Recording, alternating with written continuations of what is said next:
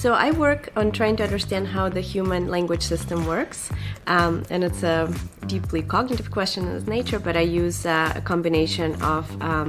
behavioral neuroscience as well as computational modeling tools in an effort to shed light on the kinds of representations or data structures that we use to understand and produce language, and the kinds of algorithms or computations that support comprehension and production.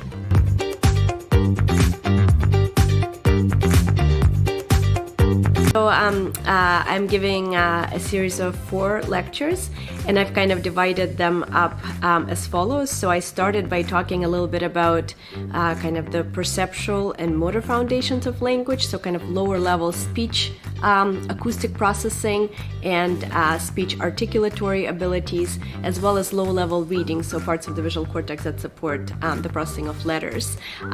before the information gets to the system on which we mostly focus, which is what we call sometimes the high-level language system, which gets input from those systems and provides output to the motor implementation systems, like the articulatory parts of the motor cortex.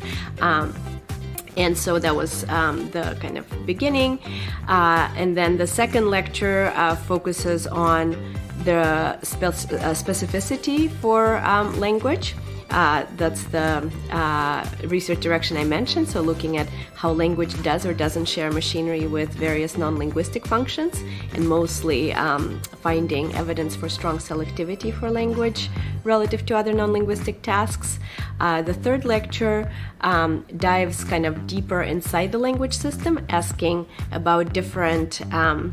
components of the language system and how they may be similar or different, supporting similar language functions or different aspects of language, as well as talking a little about this recent work relating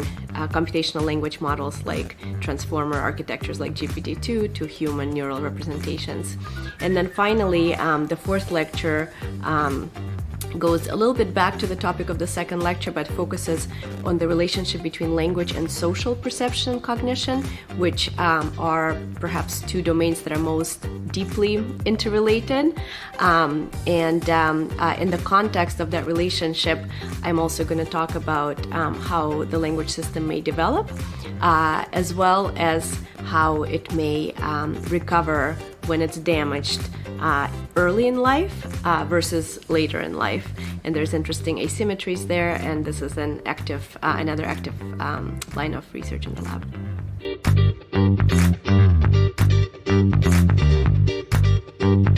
Well, it's been wonderful. Paris is a very inspiring place. Some of the kind of founders of the field of cognitive neuroscience of language come from here, of course, including Paul Broca, but also just interacting with the students and faculty and getting questions from a somewhat different perspective than what I'm used to, because I mostly interact with cognitive neuroscientists and computer scientists, and this is more of a linguistic perspective, and it helped crystallize certain things that helped me think about other things that still remain to be done, so it's been really great.